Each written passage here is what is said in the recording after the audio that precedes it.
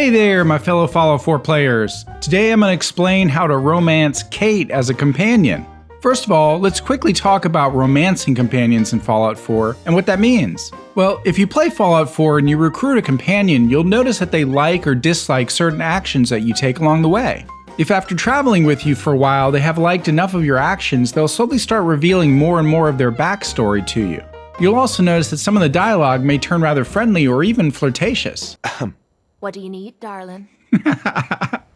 Eventually, you'll either be given a quest to complete for them, or they'll skip right to idolizing you depending on the companion. Once they idolize you, you gain a special perk that they offer as part of their repertoire. In addition, resting with an idolizing companion nearby will grant you a supercharged version of the well-rested perk called Lover's Embrace. That gives you a 15% bonus to XP for 8 hours instead of the normal 10% when you sleep in a known bed. They'll also make certain flirtatious comments to you along the way.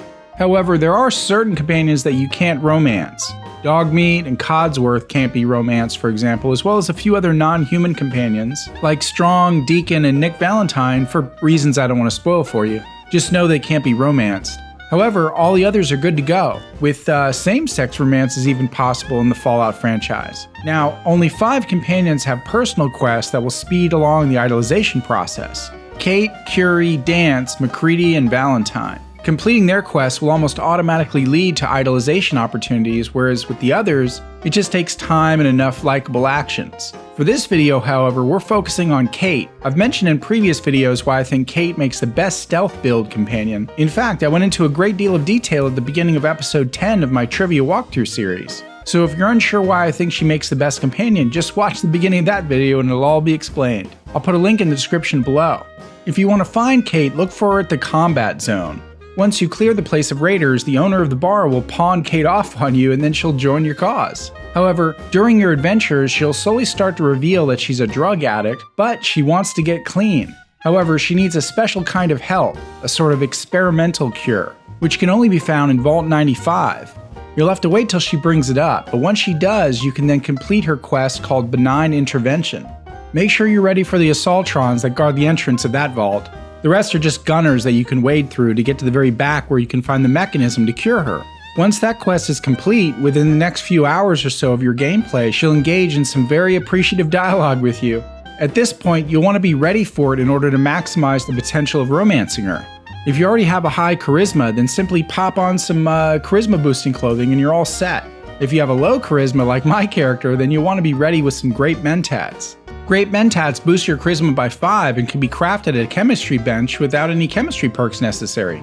It just takes 1 regular mentat, some whiskey, and 2 hub flowers, which can be found on the side of the road in most areas of the Commonwealth. Those who have played Fallout 3 will recognize them as a carryover from previous installments. When that conversation comes, here's how it'll go.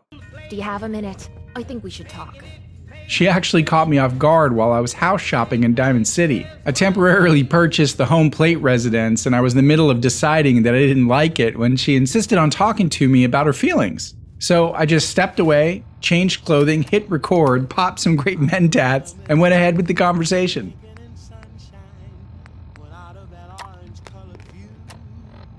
I'd still like to have that talk.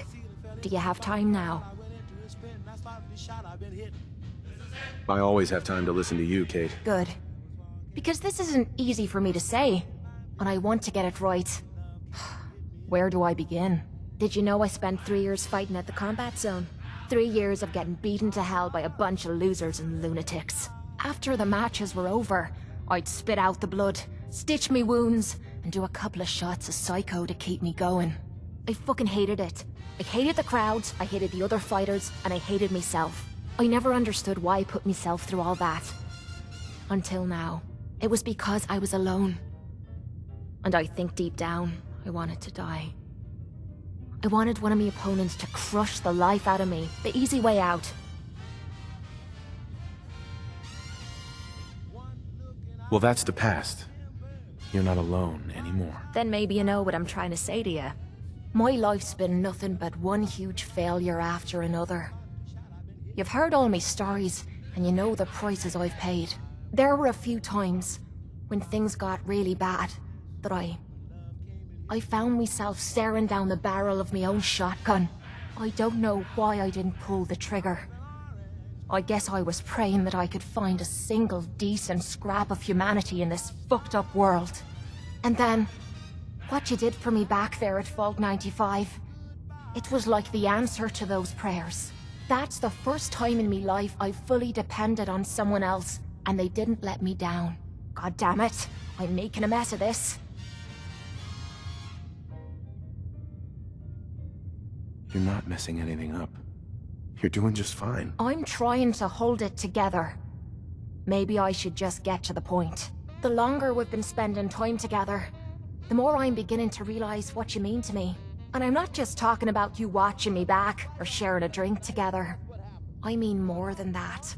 Before we met, I'd never let me guard down around anyone. I didn't dare. But with you, I feel like I can let you in and see me for everything that I am. For better or for worse. Look, I can't go back to the way things were before we met. I won't. But what I need you to do is look me in the eyes and tell me you feel something too. Of course I do. I'm in love with you, Cait. You're what? You said you're in love with me. I didn't know. I mean, I felt something between us, but I thought it was something else. Why? Why would you fall in love with someone as screwed up as I am?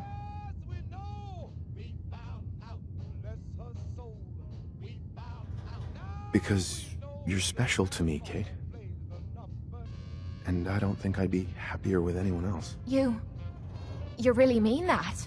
This has to be the first time I put all my cards on the table and didn't end up losing everything. You don't know how much this means to me. To have someone special in my life. I promise you. I mean to make the most of it. And there you go, she is now a romantic companion. And if you sleep in a known bed, you'll see here what the Lover's Embrace perk looks like.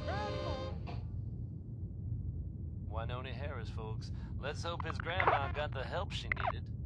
You'll also get her perk called Trigger Rush, which is supposed to regenerate action points faster when you're low on hit points. However, sometimes it kicks in when you're low on action points instead, which is one of the few bugs I've seen that actually works in your favor. Alright guys, short but sweet video. Hope this helped you guys out. Throw a like on it and share it around, and we'll see you next time on the Skooled Zone. Peace out.